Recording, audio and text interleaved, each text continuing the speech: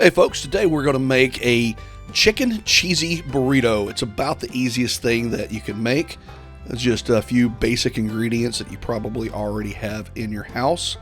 My toddler loves these. Super easy to make. If you're new to cooking, this is a very good recipe to start with. So first, go ahead and dice up an onion. If you don't have an onion, you can leave this out. Now, notice if you're new to this, how I am never letting my fingertips get in the way of the blade. They're curled back and the knife is guided down by your knuckles. So very basic knife skill, but it will save your fingertips from being cut. After that, go ahead and dice up a couple of Roma tomatoes. And again, if you don't have this, you can leave it out and it will still be good.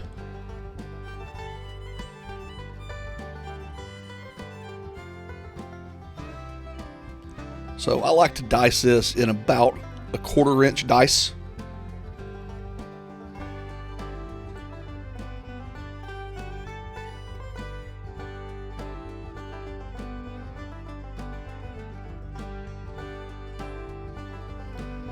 You can use a, quote, regular tomato like a beefsteak or anything that's, quote, vine ripened, but they tend to fall apart. The Roma tomatoes work really well here because they tend to hold their shape. You can also use cherry tomatoes, that would work just fine. Now go ahead and set that aside, and notice I'm on a new cutting board. I do not let meat touch my wood cutting board. So we're going to dice up one chicken breast. Notice how I place my hand palm down and then cut underneath it. It creates pressure for the chicken breast, and then you just slice through, and be sure not to cut your hand. Now, the smaller the dice, the better on this. So I'm going to cut it in strips and then cut those strips into cubes. Again, smaller the better for this particular dish. If you go ahead and set your chicken breast in the freezer for, say, 20 minutes, it will firm the meat up substantially, and that will actually make it a lot easier to cut up, especially since we're doing such small slices.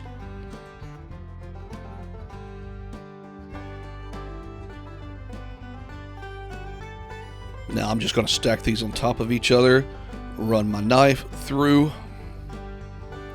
Again, if you're new to this, notice how my fingertips are curled back and the knife is gliding down my knuckle. That way your fingertips are not in the way, and it makes it very difficult to cut your fingertips.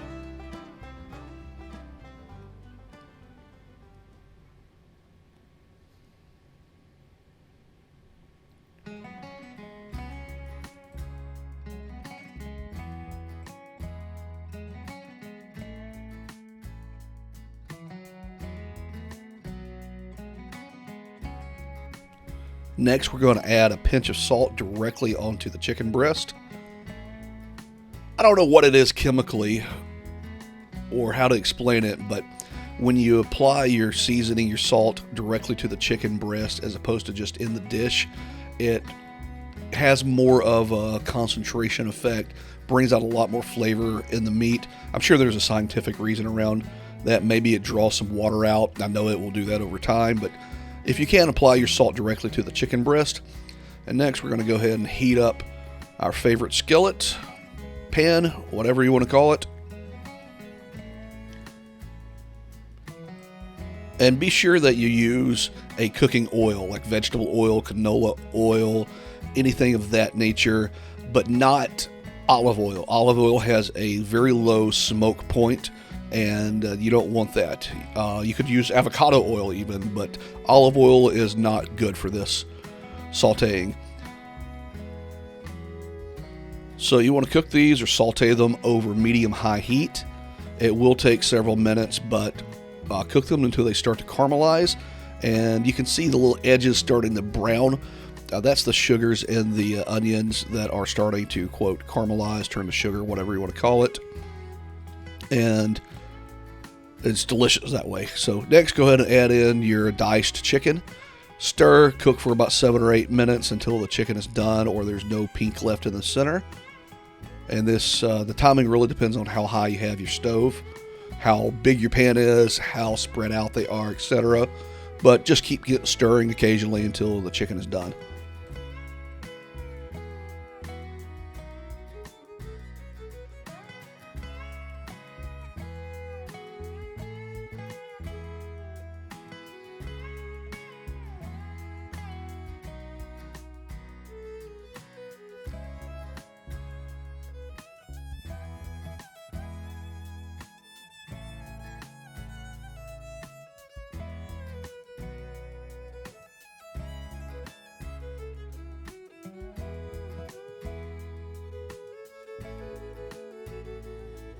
Alright, we're starting to get the chicken done, but there's still some pink in some of them, so keep on cooking.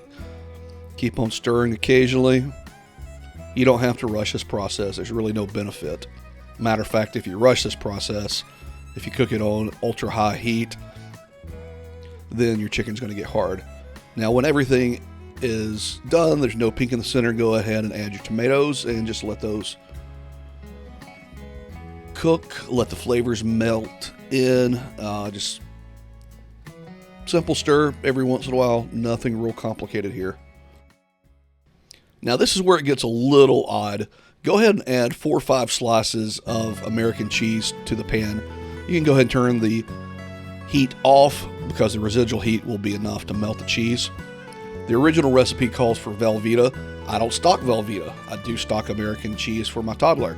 So it works. It melts really well. And, well, most importantly, you have it on hand.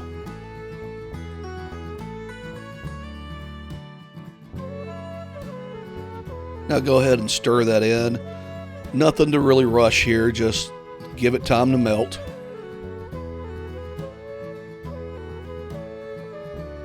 If you don't think you have enough cheese, go ahead and add another slice. But, you know, for this dish, this 4 slices should be fine.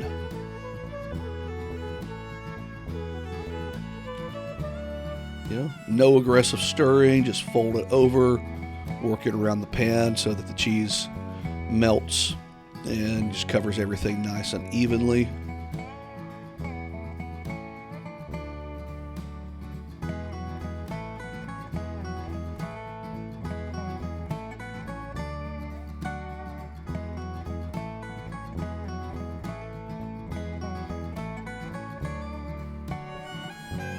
Now we're going to fill our tortilla. It's very easy to overfill a burrito with your filling, so just a little scoop. That's all that the burrito is going to handle. So maybe 2 scoops. So make sure you have room around on all edges, and you'll see why that's important when we start folding it. Now the folding of this, fold your edges over the side and then just roll up, tucking your edges in like it just did, and then continue to roll. That's going to seal everything in. Here's another shot of it. A couple of scoops of filling. And the bigger your tortilla, the more filling you can fit in. Sides over, fold over, and then tucking your sides in, your corners in. That's going to make a nice little seal. And these are small burritos, so this is not like a Chipotle or one of those chain burritos where they're absolutely massive. These are small.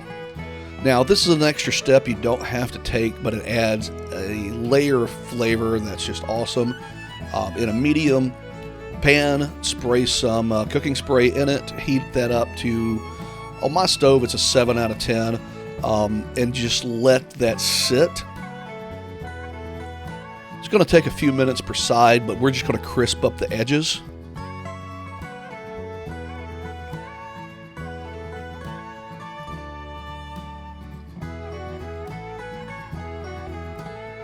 So again, not a necessary step, but if you have a few extra minutes, this will add a lot more texture to the burrito. That's just not ready yet, so give it another minute. And this is important that you don't want to cook it too hot because you will burn it very quickly. Easy bachelor way of doing things, just spray your canola oil directly on the food, flip it over, the pan's already hot. You're going to get a sear on the other side, very similar. and that's going to give you a nice crisp when you bite into it. Well worth the extra effort. So here, let's go ahead and plate. Now you can add salsa, you can add sour cream, or just eat it as is. It's delicious, it's cheesy. I mean, it's hard to go wrong with meat and cheese, really. So take a look at the inside. It's just good comfort food. I hope you enjoyed the video.